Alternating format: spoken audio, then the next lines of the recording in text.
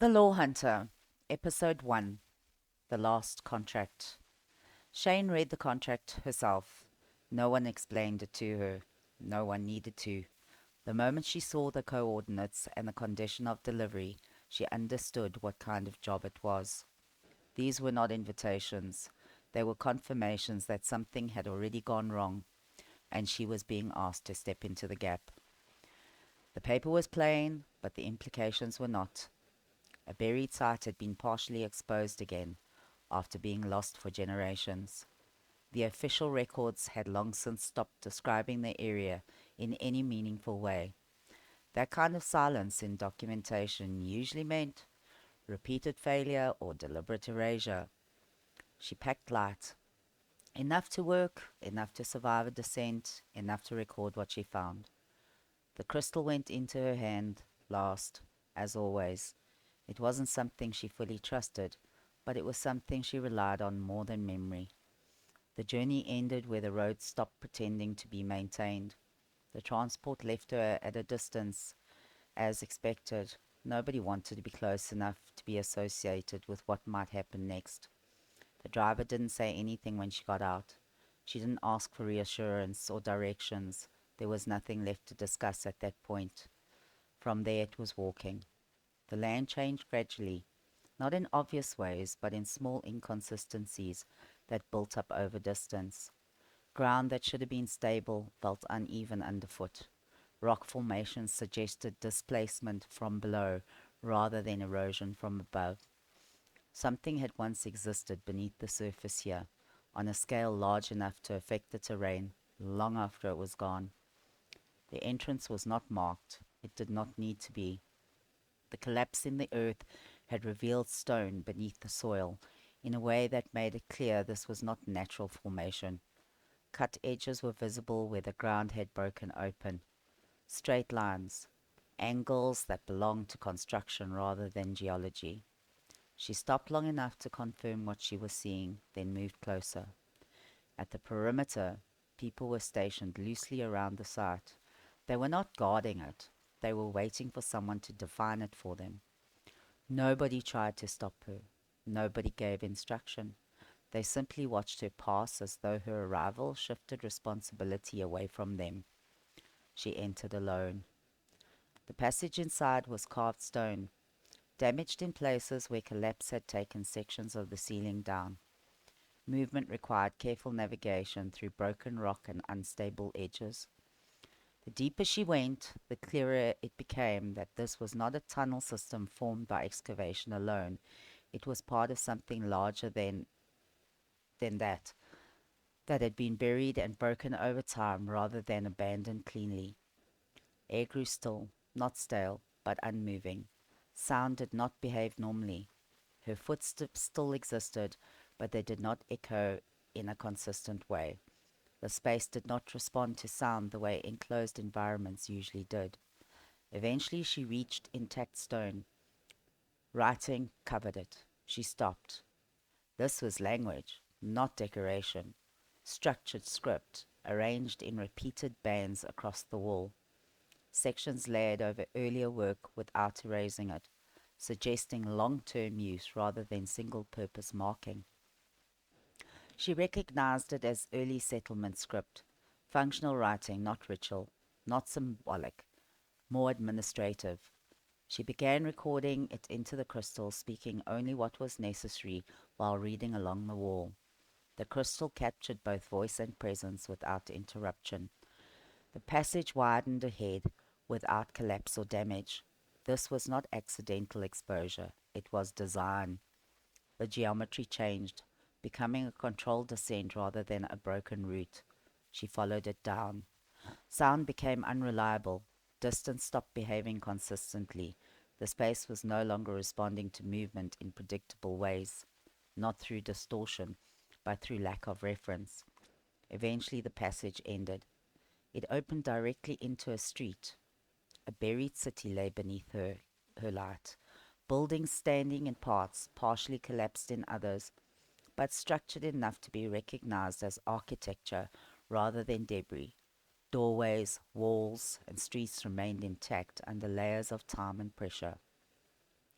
She stood at the edge of it before moving forward. Cities do not end like this unless something inside them had stopped them. She moved carefully down the street, recording position and detail as she went.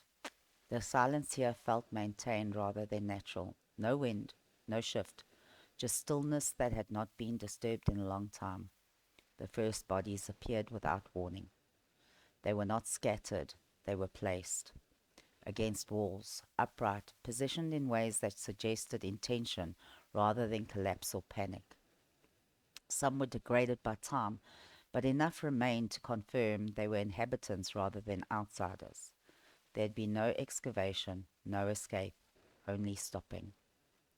She did not touch them. She passed slowly, observing, noting detail, continuing forward, because stopping here would not change anything. At the far end of the street stood a structure unlike the rest, large, heavier, built at the center of the city's layout, as though everything else had been arranged around it. There was no visible entrance, only closure. She stopped a distance and studied it because this was the point where most jobs ended, not because the work was complete, but because what lay ahead usually required decisions that could not be reversed. She adjusted her grip on the crystal and continued forward. She confirmed what the structure was through the only methods that mattered in a site like this: physical response, material consistency, and recorded instruction carved into the environment itself. The central building was not decorative, and it was not ceremonial. It was engineered as a control point. Everything in the surrounding city supported that function: street layout, building density, access routes, and the positioning of the dead all aligned with a single operational outcome. The bodies were not victims in the sense of sudden catastrophe. Their positions showed consistency across distance, which meant instruction, not panic. Some were seated against structural supports, others placed upright in doorways or open spaces where visibility was maintained. That pattern only made sense if the population had been given a final directive and had complied with it in sequence. Not escape behavior, not disorder, controlled closure. The implication was simple and direct. Whatever event had occurred here, the governing response had been procedural. The city had not failed. It had executed a containment protocol that had required human participation to complete. She returned to the central structure and worked it in the way she would any sealed site with unknown internal risk. She did not force entry. She tested the surface first for weak points, then for structural response under pressure, then for any secondary access points hidden in joints or material shifts. The stone did not behave like natural rock. It was manufactured, dense, and layered in a way that suggested it had been designed specifically to resist disruption rather than decay. The only readable element remained: the inscription bands. She documented them fully into the crystal and cross-referenced internal repetition patterns as she moved along the surface. The language confirmed administrative instruction rather than narrative record.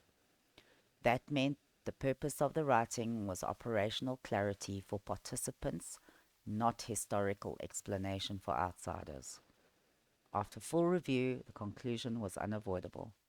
The structure was a containment chamber, and it was still sealed. There was no evidence of breach, no outward damage, no sign of forced entry or internal failure that would suggest escape or collapse from within. Everything pointed to a system that had completed its function and remained intact. She sat back and took time to verify her own assessment because the implications mattered. If the seal had failed at any point, the site would have been treated as active hazard.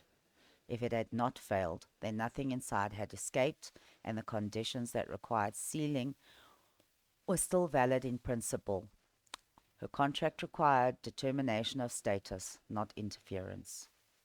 She documented the site as contained and structurally intact. She recorded all evidence, including body positioning, architectural analysis, and inscription translation fragments, into the crystal for external review. There was no extraction order, no recovery clause, only verification. She left the central structure without altering it in any way. The walk out through the buried city felt different on return, not because anything had changed, but because the interpretation had. What she had initially read as collapsed or abandonment now read as execution of procedure. The silence was not absence, it was outcome. She reached the surface without incident. The perimeter team was still present, maintaining distance as before. They did not ask questions when she emerged. They watched her the same way they had watched her enter, as if waiting for confirmation that responsibility remained elsewhere. She stopped long enough to transmit her findings through the crystal record in full, including the assessment that the site was a complete containment operation with no active breach and no recoverable abnormality. When she finished, she closed the crystal. The job was done, not because the truth had been fully understood, but because it had been fully contained. Seal it, she said, hoping it would remain that way, and walked away from the site and did not look back. The end.